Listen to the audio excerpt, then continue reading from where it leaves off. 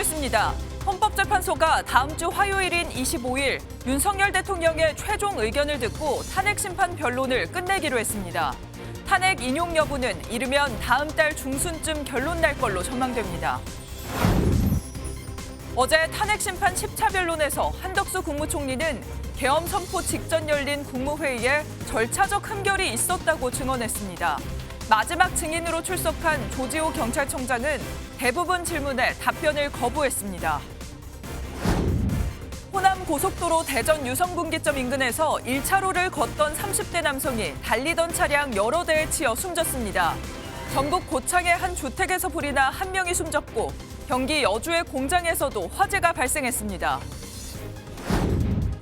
트럼프 미국 대통령이 다음 주 백악관을 찾는 프랑스, 영국 정상과 각각 회담을 열고 우크라이나 종전 문제 등을 논의합니다.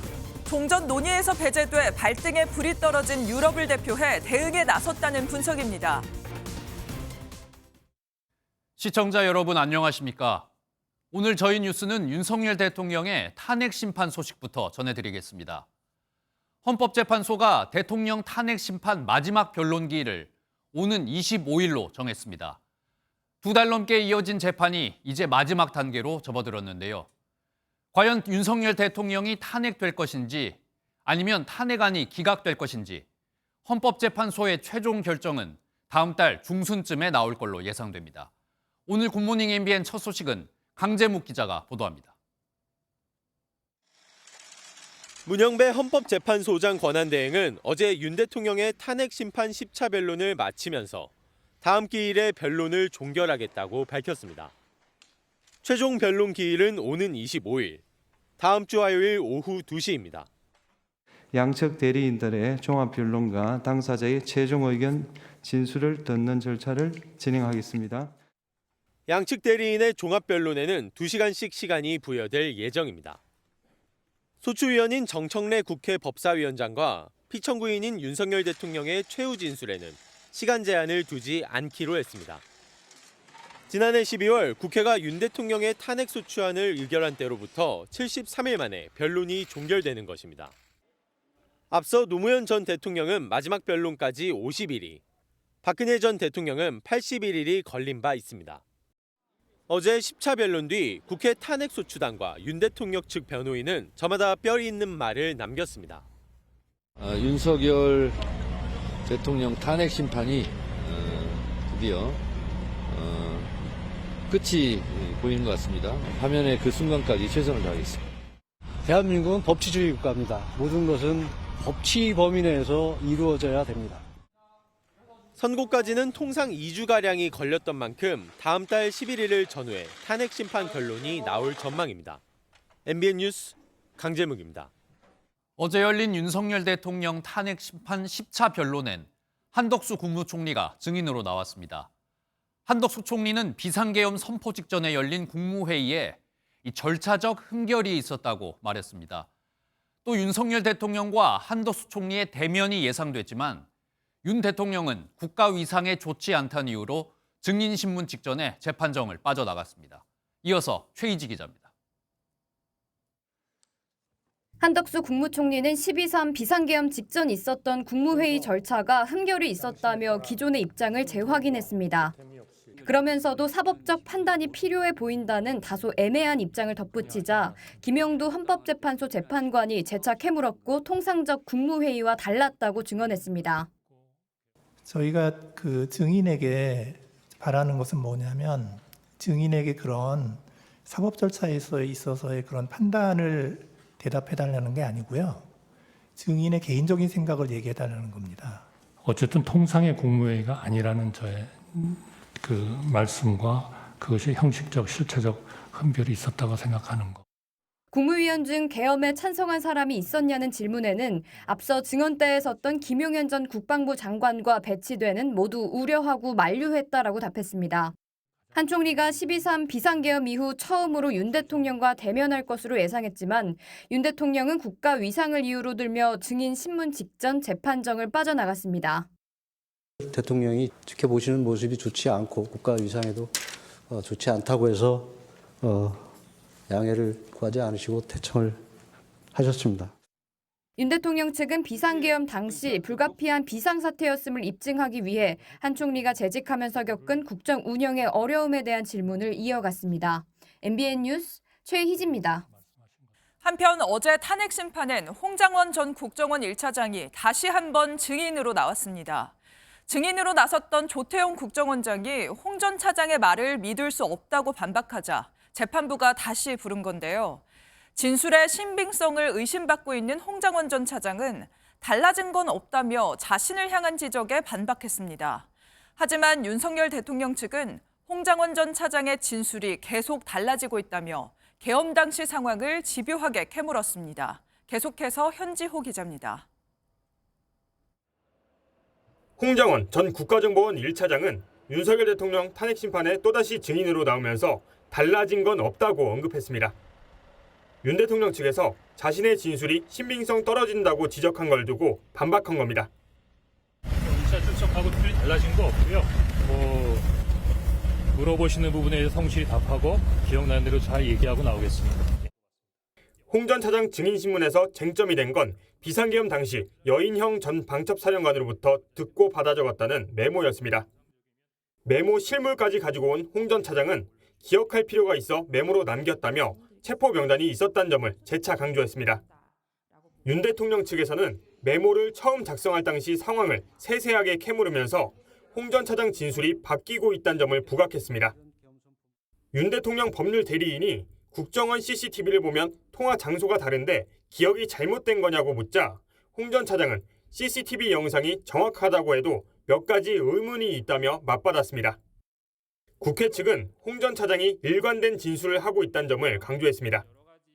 여러 수사기관에서 메모를 보좌관에게 쓰도록 했다고 일관되게 진술했냐는 국회 대리인 질문에 홍 전 차장은 그렇다고 답했습니다. 윤 대통령 측은 메모를 정수했다는 보좌관이 현대고등학교를 나온 한동훈 전 대표의 친구 아닌가라고 묻기도 했는데 이에 대해 홍 전 차장은 제가 보좌관 친구까지 어떤 사람인지는 기억 못한다고 답했습니다. MBN 뉴스 현지호입니다. 앞서 보신 홍장원 전 차장은 이번 탄핵 심판의 핵심 인물로 떠오른 상황이죠. 체포 명단이 적힌 메모가 있다며 대통령에게 불리한 증거를 공개하고 있는데 이런 가운데 국민의힘 의원들이 계엄 선포 당일 홍장원 전 차장의 동선이 담긴 국정원 CCTV를 공개했습니다. 국민의힘은 홍 전 차장의 진술과 CCTV에 담긴 실제 동선이 다르다는 점을 조목조목 지적하며 정치인 체포 메모 자체가 거짓이라고 주장했습니다. 자세한 내용은 김지영 기자가 보도합니다. 국민의힘은 12.3 비상계엄 당일 국정원 CCTV 속 홍장원 전 1차장의 동선을 보여주며 홍 전 차장의 거짓 진술을 부각했습니다. 홍 전 차장은 계엄 당일 밤 10시 46분 국정원 본청 집무실에서 여인영 전 방첩사령관과 처음으로 통화했다고 진술했습니다. 하지만 국민의힘이 공개한 CCTV에 따르면 홍 전 차장은 밤 10시 43분 본청을 나갔고 45분 홍 전 차장의 차량이 국정원장 공관 진입로를 통과합니다. 여 전 사령관과 통화했다는 시간에 집무실이 아닌 공관 쪽에 있었던 겁니다. 이후 홍 전 차장은 10시 58분 공관 공터에서 여 전 사령관으로부터 체포 명단을 들었다고 진술했습니다. 그러나 밖이 어두워 메모가 어려워 본청 집무실로 갔고 11시 6분 여 전 사령관에게 다시 전화해 명단을 받아 적었다고 했습니다. 하지만 10시 58분 홍 전 차장은 공관 앞 어두운 공터가 아닌 본청 건물 로비에서 통화한 것으로 확인됐습니다. 오염된 증거를 바탕으로 헌법재판이 계속된다면 누구라도 그 결과를 받아들일 수 없을 것입니다. 오히려 더 큰 사회적 갈등만 낳게 될 것입니다. 최근 동선과 관련한 진술에 일부 착오가 있었다고 홍 전 차장이 해명했지만 국민의힘은 진술이 거짓인 게 CCTV로 드러난 만큼 체포 명단 역시 믿을 수 없다고 주장했습니다. MBN 뉴스 김지영입니다. 탄핵 심판의 또 한 명의 핵심 인물인 조지호 경찰청장도 증인으로 출석했습니다. 조지호 경찰청장은 계엄 당일 대통령으로부터 국회의원 체포 지시를 받았다고 검찰에 진술했기 때문에 헌재에서는 어떤 이야기를 할지 큰 관심이 쏠렸습니다. 조 청장은 형사재판을 이유로 진술을 거부하면서도 검찰에서 사실대로 진술했다고 말했는데요. 대통령 측은 암투병 중인 조 청장에게 조사 당시 기억력과 집중력이 떨어지는 선망 증세는 없었냐며 진술의 신빙성을 지적했습니다. 이혁재 기자입니다. 조지호 경찰청장이 헌법재판소의 구인장 발부 이후 윤석열 대통령 탄핵심판 10차 변론기일에 증인으로 출석했습니다. 앞서 조 청장은 혈액암 투병을 이유로 2차례 출석을 거부했습니다. 탄핵심판의 핵심 증인 중 한 명인 조 청장은 형사재판을 받고 있다며 진술 대부분을 거부했습니다. 그러면서도 검찰 조사에서 사실대로 진술했다고 인정했습니다. 질문에 사실대로 답변한 것은 맞아요? 이건 뭐 그 각 조서별로 제가 그렇게 다 서명 날인했습니다. 조 청장은 검찰 조사에서 계엄 당시 윤 대통령과의 6차례 통화에서 국회의원을 체포하라는 지시를 여러 차례 받았다고 진술했습니다. 윤 대통령 측은 조 청장의 건강 상태를 이유로 진술 신빙성을 공격했습니다. 경찰이나 검찰 조사 당시에 선망 증세가 혹시 있다던가 무슨 선망 증상이 있다든지 그 정도는 아니었고. 조 청장은 계엄 해제 의결 이후 윤 대통령이 통화에서 덕분에 신속하게 끝났다고 한 발언의 의미를 정정하기도 했습니다. 알려진 바와 다르게 질책으로 받아들이지 않았다고 증언했습니다. 윤 대통령은 조 청장이 증인 신문을 마친 뒤 건강이 빨리 회복되길 바란다고 말했습니다. MBN 뉴스 이혁재입니다. 오늘 하루 중요한 일정을 소개해드리는 굿모닝 오늘입니다. 어떤 일정이 있는지 함께 살펴보겠습니다. 내란 혐의 진상규명을 위한 국회 국정조사특별위원회가 오늘 4차 청문회를 진행합니다. 윤석열 대통령을 비롯해 김용현 전 국방부 장관과 김선호 국방부 장관 직무대행, 박안수 전 육군 참모총장 등 모두 76명이 증인으로 채택됐습니다. 철거 중이던 건물이 무너져 시내버스를 덮치면서 17명의 사상자를 낸 광주 학동 붕괴 참사 책임자들에 대한 2심 판결이 오늘 선고됩니다. 1심 재판부는 안전관리와 감독 소홀을 인정해 감리와 현장 소장 등 책임자 7명에게 실형이나 집행유예를, 현대산업개발 등 법인 3곳에 대해 과태료 처분을 내렸습니다. 지금까지 굿모닝 오늘이었습니다. 다음 소식입니다. 어제 서울중앙지법에선 윤석열 대통령의 내란죄 형사재판도 진행됐습니다. 하지만 첫 번째 형사재판은 재판이 시작된 지 13분 만에 끝이 났는데요. 대통령 측이 기록을 검토하는 데 시간이 필요하다 주장했고, 이 재판부가 이 요청을 받아들이면서 한 달 후에 다시 재판을 열기로 했습니다. 대통령 형사재판 소식은 이시열 기자가 보도하겠습니다. 내란 우두머리 혐의로 기소된 윤석열 대통령의 첫 번째 형사재판이 어제 오전 서울중앙지방법원에서 열렸습니다. 준비 기일인 만큼 윤 대통령의 출석 의무는 없었지만 윤 대통령은 오전 8시 54분쯤 법원에 도착해 재판 시작 시각인 10시에 맞춰 법정에 출석했습니다. 짙은 남색 정장에 붉은 넥타이를 맨 윤 대통령은 재판부가 입장하자 고개를 45도로 숙이며 인사한 뒤 피고인석에 앉았습니다. 재판부는 윤 대통령 측에 공소사실 인정 여부 등에 대해 물었지만 변호인은 재판 기록을 아직 다 파악하지 못해 말하기 어렵다고 답했습니다. 또 내란 중요임무 종사 혐의로 기소된 김용현 전 국방부 장관 등 다른 사건과의 병합 심리와 집중 심리 여부에 대해서도 명확한 입장을 밝히지 않았습니다. 반면 검찰은 전체 범행에 대한 피고인들의 가담 정도와 공소사실에 대한 입장이 다르다며 사건 병합에 반대했습니다. 대신 필요에 따라 증인신문 등 절차만 동시에 진행하는 병행심리를 재판부에 요청하면서 일주일에 2-3차례 집중심리를 해야 한다고 제안하기도 했습니다. 재판부는 3주 정도가 더 필요하다는 윤 대통령 측의 의견을 받아들여 2차 공판 준비 기일을 다음 달 24일 오전 10시에 열기로 했습니다. MBN 뉴스 이시열입니다. 전해드린 것처럼 첫 번째 형사재판이 짧게 끝난 후 곧바로 대통령의 구속 취소 신문이 진행됐습니다. 윤석열 대통령 측은 검찰의 기소가 구속 만료 후에 이뤄졌다며 위법이다 주장했는데, 이 반대로 검찰은 구속 기간 안에 이루어진 적법한 기소였다고 맞섰습니다. 보도에 박규원 기자입니다. 윤석열 대통령의 첫 형사재판에 출석한 윤갑근 변호사는 대통령이 현재 불법 구금 상태라고 강조했습니다.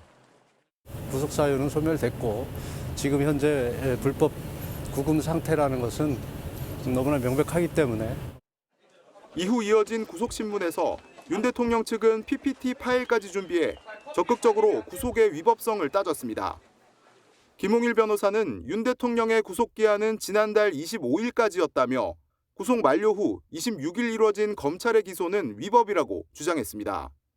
지난달 16일과 18일 있었던 체포적부심사와 영장실질심사 과정을 날이 아닌 시간 단위로 계산해 구속기간에 포함해야 된다는 겁니다. 검찰은 형사소송법이나 법원 판례에 따르면 구속기간은 시간이 아닌 날로 계산하는데 이론의 여지가 없다며 기간 내 적법하게 이뤄진 기소라고 받아쳤습니다. 이어 윤 대통령 측은 공수처가 내란죄 수사권이 없으므로 영장 자체가 불법이라고 밝히며 이 사건은 이미 증거 수집이 끝나 영장 발부 사유인 증거인멸 염려도 없다고 주장했습니다.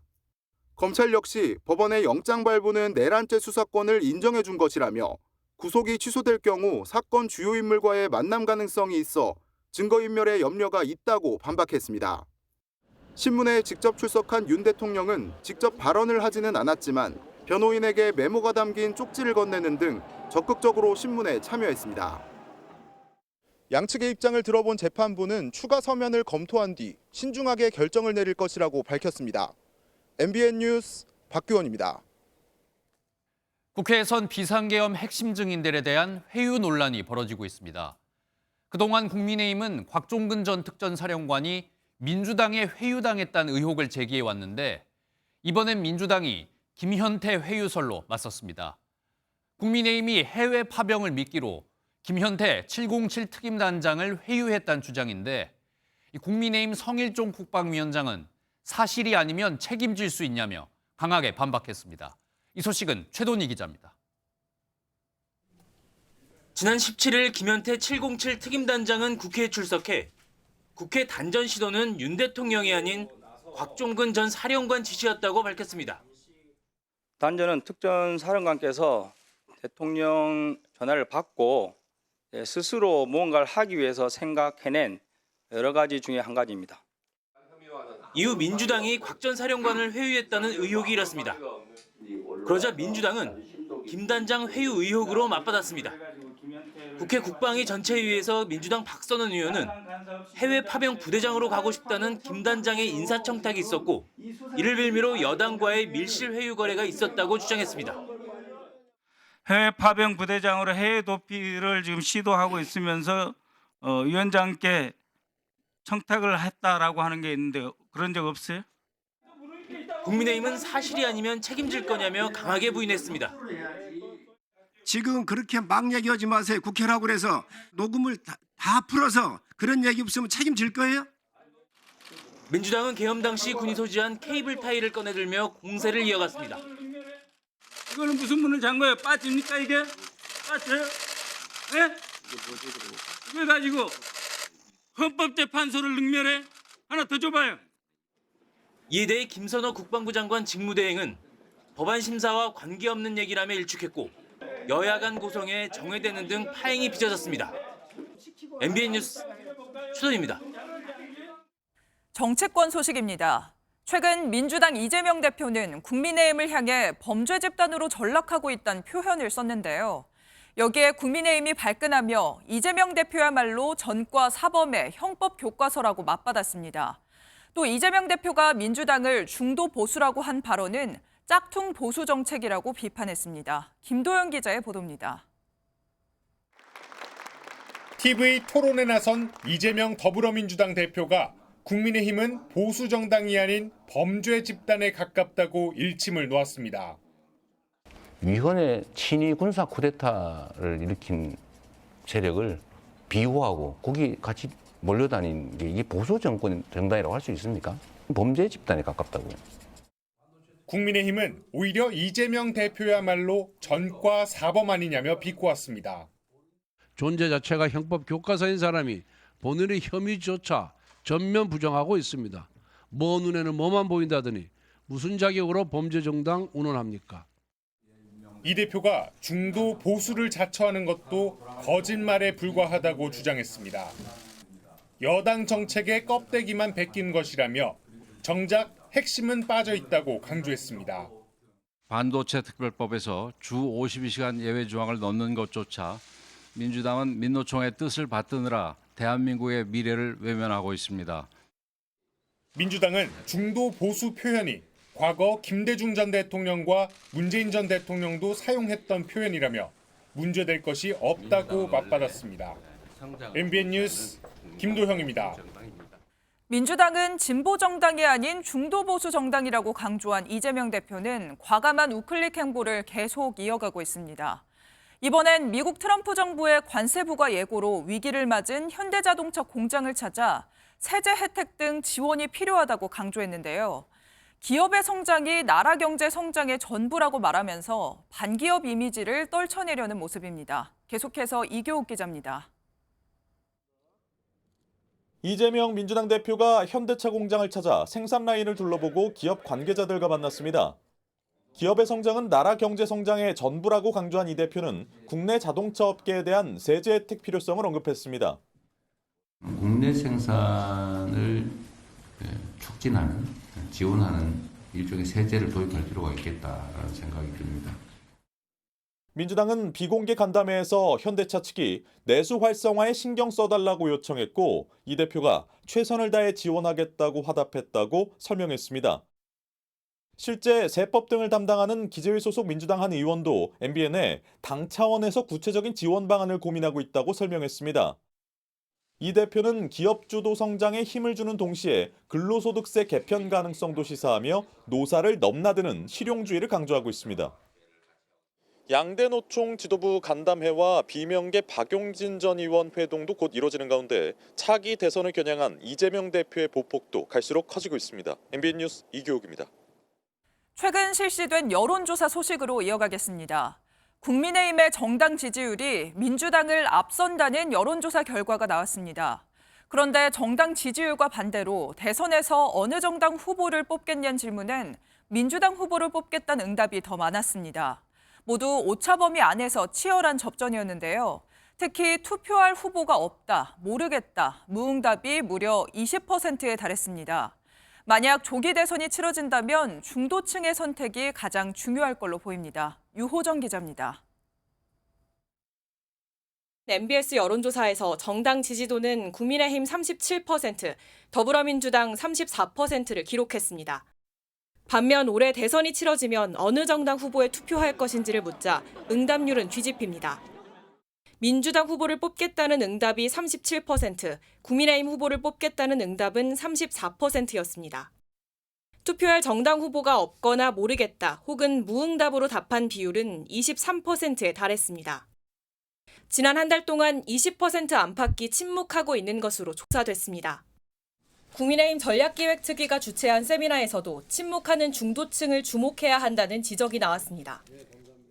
탄핵을 인용해야 한다는 응답이 55%로 기각해야 한다는 응답 39%를 크게 앞서는 가운데 기각 여론만 바라보는 대신 플랜 B 조기 대선을 대비해야 한다는 겁니다. 그래도 40% 정도가 우리하고 같은 얘기를 하는구나. 그 40% 가지고 선거하는 건 아니거든요. 침묵하는 중도층은 저는 굉장히 중요한 역할을 할 거라고 봅니다. 같은 조사에서 정권 교체를 위해 야권 후보가 당선돼야 한다는 응답은 49%, 정권 재창출을 위해 여권 후보가 당선돼야 한다는 응답은 40%로 집계됐습니다. 특히 중도층에선 정권 교체 응답이 재창출 응답보다 2배 가까이 많았습니다. MBN 뉴스 유호정입니다.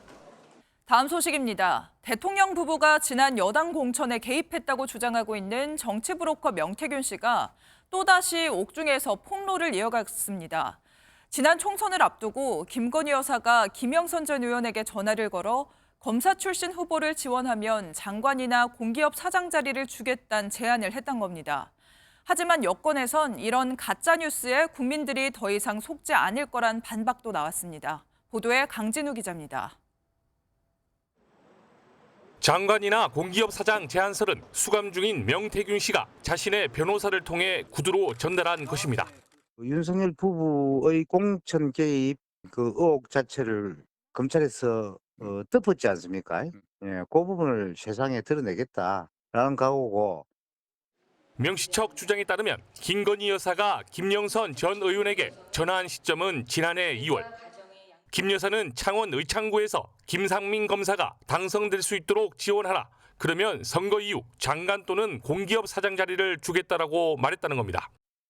이곳은 김 전 의원의 지역구로 통화 내용대로라면 김 검사에게 자신의 지역구를 양보하라는 소리입니다.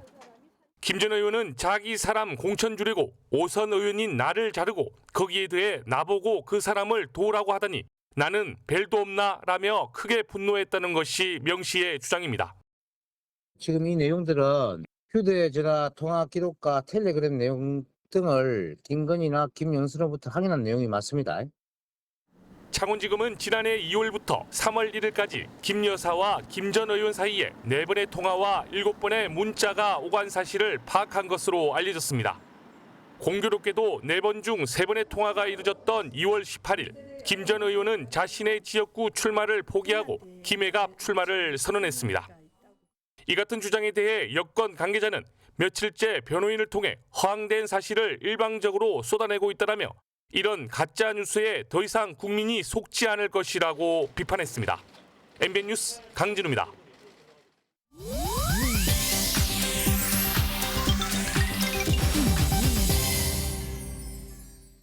인터넷에선 어떤 소식들이 화제일까요? 인터넷 와글와글입니다. 돌싱이지만 알콩달콩 연애하는 모습에 누리꾼들의 응원을 받았던 코미디언 커플 김준호 씨와 김지민 씨가 오는 7월 결혼 소식을 알렸습니다. 어제 두 사람은 각각 SNS를 통해 얼마 전 프로포즈를 하고 받으면서 서로 아껴주며 앞으로 인생을 재미있게 살기로 했다고 알렸는데요. 지난해 부족한 오빠를 사랑해줘서 고맙다며 눈물의 프로포즈를 하면서 이혼남이라 미안하고 고마운 마음에 눈물을 흘렸다고 고백하기도 했는데요. 선후배 사이로 만나 2022년 열애를 인정한 두 사람은 그동안의 모든 시간이 서로를 신뢰하고 의지할 수 있게 해줬다면서 앞으로도 웃음 가득, 재미 만땅 부부가 되겠다고 소감을 전했습니다. 두 사람의 결혼 소식에 누리꾼들은 드디어 결혼하시는군요, 축하합니다. 앞으로 꽃길만 걸으시길 등의 응원의 메시지를 보내고 있습니다. 할리우드 배우 마크 러팔로가 영화 미키 17로 10년 만에 한국을 찾아 팬들과 만났습니다.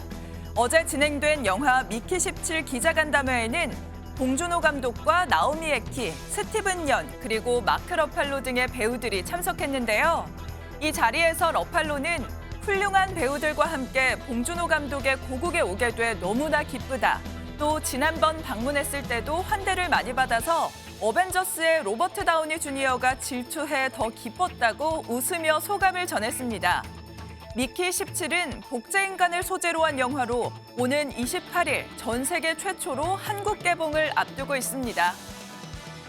블랙핑크 멤버 로제가 한국음악저작권협회에서 탈퇴한 걸로 알려졌습니다. 로제는 작년 10월 31일 신탁 해지를 신청했고 3개월의 유예 기간 끝에 지난달 31일 계약이 종료됐다고 알려졌습니다. 로제처럼 파급력이 있는 뮤지션이 음저협을 탈퇴한 건 2003년 서태지 씨가 한국 가수 중 처음으로 탈퇴한 후 22년 만인데요. 앞으로 저작권 등 로제의 수익 관리는 글로벌 소속사인 애틀랜틱 레코즈에서 맡게 됩니다. 해외 활동이 많은 만큼 저작권을 더 효율적으로 관리하기 위한 선택으로 보입니다. 인터넷 와글와글이었습니다. 밤사이 들어온 사건 사고 소식입니다. 어젯밤 호남고속도로 논산 방향 유성분기점 인근에서 보행자로 추정되는 30대 남성이 달리던 차에 치여 숨지는 사고가 벌어졌습니다. 전북 고창의 한 주택과 경기도 여주의 공장에서 불이 나는 등 화재 사고도 잇따랐습니다. 밤사이 사건 사고 소식은 강서영 기자입니다. 고속도로 남쪽 방향이 완전히 통제됐고 경찰관이 현장에 긴급 출동해 사고를 수습하고 있습니다. 어제 오후 10시 20분쯤 호남고속도로 논산 방향 1차로에서 30대 남성이 달리던 차량에 잇따라 치여 숨졌습니다. 숨진 남성은 군번줄을 메고 있어 육군 장교 교육생으로 추정됩니다. 경찰은 남성이 주변 국도를 통해 고속도로에 진입한 것으로 보고 정확한 사고 원인을 조사하고 있습니다. 신고 밖에는 사람이 누워있는 것 같다. 이렇게 해서 우리 저 순찰차한테 연락해서 갔고 그 당시에는 이제 여러 대가 갓길에 있었어요. 어제 오후 7시 20분쯤 전북 고창군의 한 단독주택에서 화재가 발생했습니다. 이불로 40대 여성이 숨졌고 50대 남성이 치료를 받고 있습니다. 비슷한 시각 경기 여주시의 조미료 제조 공장에서 불이 나 1시간 30여 분 만에 꺼졌습니다. 소방은 전동 드릴 배터리를 충전하는 곳에서 불이 시작됐다는 공장 관계자 진술을 토대로 화재 원인을 파악하고 있습니다. 어제 오후 8시 40분쯤 충남 당진시 서해안고속도로 횡담도 휴게소 인근에서는 남성 2명이 바다로 뛰어내려 해경이 수색 작업을 벌이고 있습니다. MBN 뉴스 강서영입니다. 유명 유튜버 쯔양을 협박해 돈을 뜯어낸 혐의로 기소된 구제혁이 1심에서 징역 3년의 실형을 선고받고 법정 구속됐습니다. 법원은 피해 회복이 이뤄지지 않았고 반성의 모습도 보이지 않았다며 판결 이유를 설명했습니다. 신용수 기자입니다. 구제혁이라는 이름으로 활동하는 유튜버 이준희 씨는 구독자 1,000만 명을 보유한 유튜버 쯔양을 공갈 협박한 혐의로 재판에 넘겨졌습니다. 2년 전 쯔양에게 탈세와 사생활 관련 제보를 받았다. 돈을 주면 공론화하지 않겠다며 5,500만 원을 갈취한 혐의로 구속 기소됐다. 최근 보석으로 풀려났습니다. 이거는 내가 한번 크게 하려면은 내가 봤을 때 이건 2억은 받아야 될 것 같은데 현찰로. 그리고 어제 수원지방법원에서 1심 선고 공판이 열렸습니다. 저는 재판 끝나고 다 말씀드릴 거고요. 재판 끝나고 난 이후에 자세한 내용. 1심 재판부는 갈취 금액이 적지 않고 피해가 회복되지 않았다. 반성의 모습도 보이지 않았다며 징역 3년을 선고하고 법정 구속했습니다. 공범으로 기소된 유튜버 주작 감별사에겐 징역 1년에 집행유예 3년과 사회봉사가, 공갈 방조 혐의를 받는 유튜버 카라큘라와 크로커다일에겐 징역 1년에 집행유예 3년, 사회봉사, 벌금이 선고됐습니다. 또 개인사를 빌미로 쯔양을 협박해 2천여만 원의 자문료를 갈취한 최모 변호사 겸 기자는 징역 2년을 선고받았습니다. 쯔양 측은 예상한 판결이라며 재판부가 현명하게 판단한 것 같다는 입장을 밝혔습니다. 다만 최근 구제혁 이 씨가 쯔양을 무고와 명예훼손으로 맞고소해 법정 다툼은 이어질 것이란 전망이 나옵니다. MBN 뉴스 신용수입니다. 아파트 공사 현장의 안전관리자가 아파트 조경업체 직원에게 접대를 강요하는 일이 벌어졌습니다. 회식을 하려면 여성 종업원이 나오는 술집에서 해야 한다는 내용의 녹음 파일을 저희 MBN이 입수했는데요. 이 조경업체는 시공사 직원에게도 갑질을 당했다 주장하고 있습니다. 어떤 일이 벌어진 건지 박상호 기자가 단독 보도하겠습니다. 경남 양산의 한 아파트 신축 공사 현장입니다. 이곳에서 조경 공사를 담당한 A씨는 지난해 10월 공사장 안전관리자 손에 이끌려 유흥주점에 갔습니다. 현장에서는 얼마나 일찍가면 무조건 이런 적은 혹시 모르겠네요. 네, 현장 일은 잘 안 해봐가지고. 근데 이런지 접대하고 뭐 이렇게 모를 때는 봐라. 가보니 여성 종업원이 나오는 술집이었습니다. 이걸 다 맞춰야 됩니까, 이거? 그것도 모자라. 여자들 오잖아. 여자들 다 하는 거고. 법인카드도 쓸 수 없던 A씨는 결국 개인 돈으로 수십만 원을 결제했습니다. 아직도 일어나 굉장히 좀 자괴감이 들었었고 그냥 퇴사 의사를 밝혔습니다. 조경업체의 또 다른 직원도 시공사 직원에게 갑질을 당했다는 내용의 진술서를 쓰고 회사를 그만뒀습니다. 조경업체 업무가 아닌 공사장 진출입로 청소까지 시키며 부당한 업무 지시를 하고 폭언을 일삼았다는 내용이 진술서에 담겼습니다. 시공사는 향응을 강요한 안전관리자는 협력업체 소속이라며 해당 직원을 즉각 현장에서 퇴출하고 협력업체에도 재발 방지 계획서를 제출하도록 지시했다고 밝혔습니다. 하지만 갑질 부분은 근거도 없는 조경업체의 일방적인 주장이라고 해명했습니다. 이번 일로 시공사와 조경업체가 맺은 계약은 해지된 상태인데 양측은 건설 하도급 분쟁 조정 협의회에서 조정 절차를 밟고 있습니다. MBN 뉴스 박상우입니다. 우크라이나 전쟁을 끝내기 위해 미국 트럼프 대통령은 러시아 푸틴 대통령과 대화를 이어가고 있습니다. 여기에 당사자인 우크라이나와 유럽은 빠져 있는 상황인데요. 다음 주 유럽을 대표하는 프랑스와 영국 정상이 트럼프 대통령을 만나러 잇따라 미국을 방문합니다. 종전 논의에서 배제되자 다급하게 대응에 나서는 걸로 보이는데요. 러시아와 밀착하며 종전 협상을 주도하고 있는 트럼프 대통령을 어떻게 설득할지 관심입니다. 보도에 한여혜 기자입니다. 우크라이나 종전 협상에서 배제된 유럽을 대표해 프랑스와 영국 정상이 다음 주 도널드 트럼프 미국 대통령을 만납니다. And next Monday, the president will host France's President Emmanuel Macron. And on Thursday, the UK Prime Minister Keir Starmer will visit the White House as well. 현지 시각 18일 이뤄진 미국과 러시아의 만남을 지켜보며 유럽은 두 차례에 걸친 비공식 회의를 열었는데 곧바로 트럼프 대통령을 찾아 신속한 대응에 나서는 겁니다. 현재 유럽에서는 러시아의 유리한 조건으로 종전 협정이 이뤄질 수 있다는 위기의식이 이어지고 있습니다.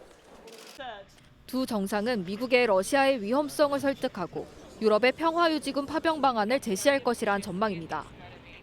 Et donc ce que je vais faire, c'est je vais lui dire au fond, tu peux pas être faible face au président Poutine. 하지만 미국이 러시아와 가까워지는 사이 유럽과는 일단 마찰이 생기고 있습니다.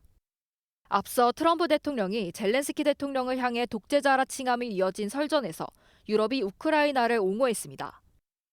제이디 벤스 미국 부통령은 유럽이 미국과 가치를 공유해야 동맹이 유지될 것이라고 강조했습니다.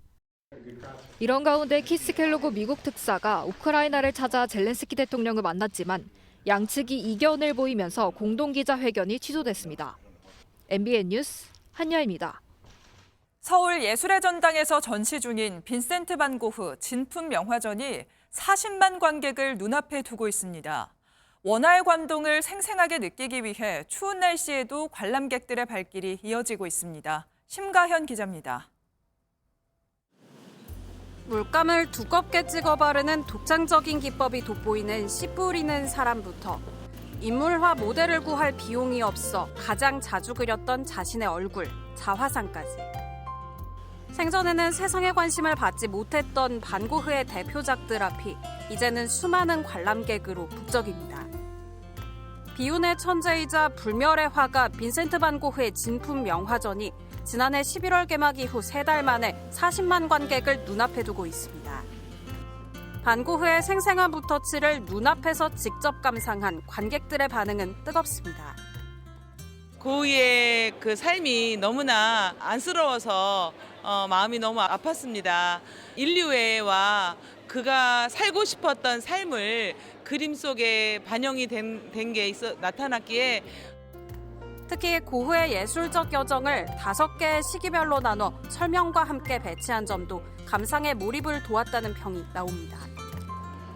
이번 전시는 다음 달 16일까지 서울 서초구 예술의 전당 한가람 미술관에서 열린 뒤 25일부터는 대전 시립미술관에서 이어질 예정입니다. MBN 뉴스 심가현입니다.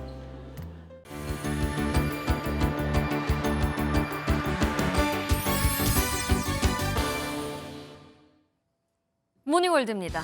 엘사라도 다녀간 걸까요? 여기 도로 한복판이 꽁꽁 얼어붙어 버렸습니다. 겨울 왕국이 되어버린 미국의 도시를 영상으로 함께 만나보시죠. 꽁꽁 얼어붙은 얼음 속에 차들이 서 있습니다. 이곳은 미국 디트로이트 남서부 지역입니다. 홍수로 수도관이 파손돼 수백 채의 주택과 거리가 침수됐는데요. 추운 날씨로 인해 모두 얼어붙어 버렸다고 합니다. 이에 디트로이트주는 홍수로 피해를 본 주민들에게 주거 공간을 제공하고 복구 작업에 나섰다고 하네요. 여기 건설 현장에 꼭 맞는 로봇이 개발됐다는데요. 기술의 발달이 이렇게나 유익한 존재가 되어주기도 합니다. 화면으로 만나보시죠. 이탈리아의 한 건설 현장입니다. 로봇이 사람 팔처럼 페인트를 칠하는가 하면 드릴로 벽을 뚫기도 합니다. 이 로봇을 개발하고 있는 니콜라우스 차가라키스 이탈리아 공과대학교 교수는 여러 건설 환경에서 다양한 작업을 하는 로봇을 연구했다고 밝혔는데요. 이 로봇은 위험한 작업 환경에서 인간이 하기 어려운 일을 대신할 수도 있습니다. 사람처럼 생기고 행동하는 로봇과 함께 일할 날이 머지않은 것 같네요. 불타는 차량 안에서 극적으로 사람을 구해냈다는데요. 미국의 도로 한복판에서 사고가 났습니다. 영상 함께 보시죠. 미국 애리조나주 한 도로에서 차량이 불에 활활 타오르고 있는데요. 사고가 난 이후 넘어진 차량에는 한 여성이 타고 있었습니다. 경찰관이 창문을 내려치고 소방관들은 소화기를 뿌려 진화했고 부서진 창문으로 소방대원이 극적으로 운전자를 구조해냈습니다. 이 모습이 경찰 보디캠에 그대로 담겼는데요. 구조 순간을 함께 있던 경찰은 그녀가 살아있다고 믿었다며 당시 긴박한 상황을 전했다고 합니다. 지금까지 굿모닝 월드였습니다. 굿모닝 문화 소식 순서입니다. 일본의 침략과 위태로운 나라의 명운을 그린 우리나라의 대표 뮤지컬 명성황후가 30주년을 맞았습니다. 창작 뮤지컬이 생소하던 시절 우리의 역사를 소재로 누적 관객 200만 명을 넘기며 큰 사랑을 받아온 명성황후. 어떤 길을 걸어왔을까요? 이상주 기자가 소개합니다. 하늘이여 이 자들을 지켜보소서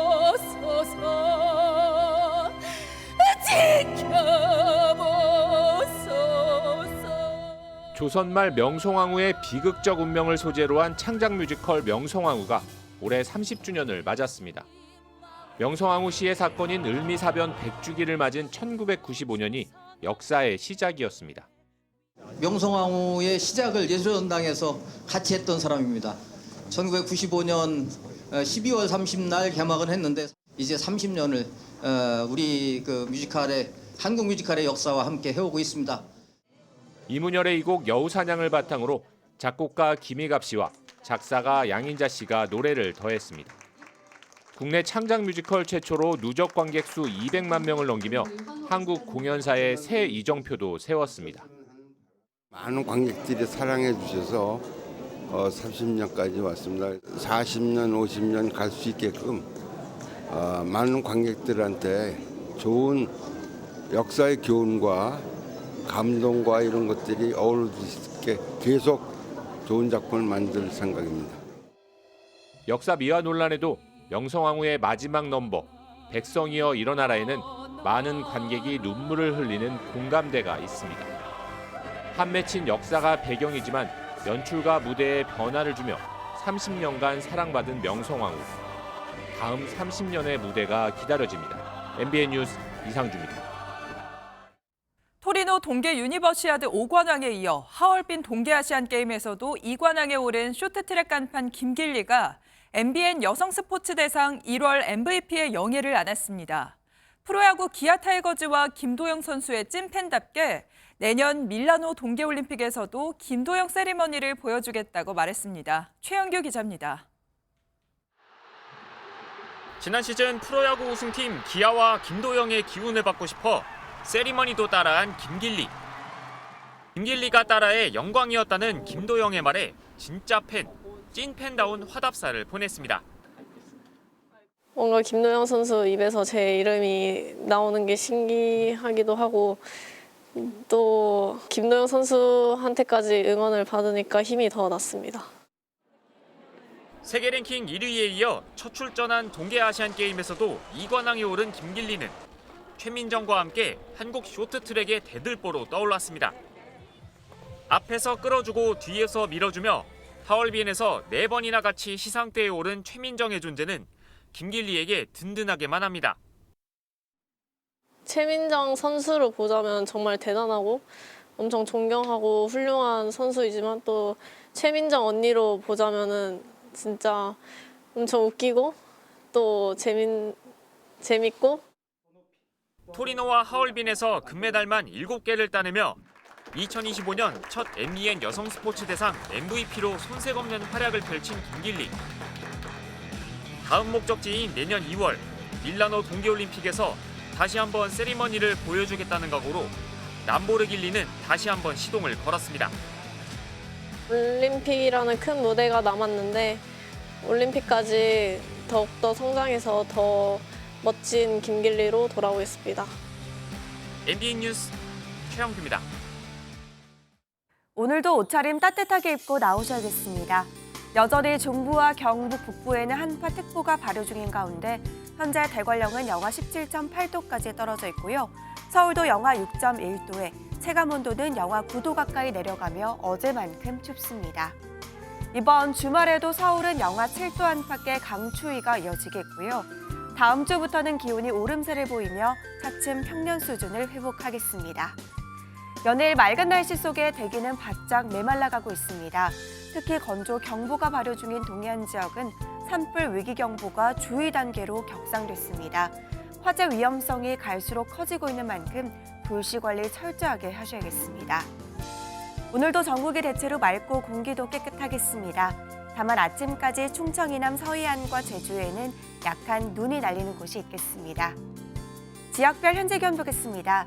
춘천 영하 11.2도, 안동은 영하 7.9도 나타내고 있습니다. 낮 기온은 서울이 2도, 대전과 광주는 4도로 어제와 비슷하겠습니다. 이번 주말에도 내륙은 맑겠지만 충청 이남 서해안과 제주에는 비나 눈이 내리겠습니다. 날씨였습니다. 금요일 아침 굿모닝 MBN 마치겠습니다. 저희는 다음 주 월요일 아침 7시에 다시 찾아뵙겠습니다. 오늘도 좋은 하루 보내세요. 고맙습니다.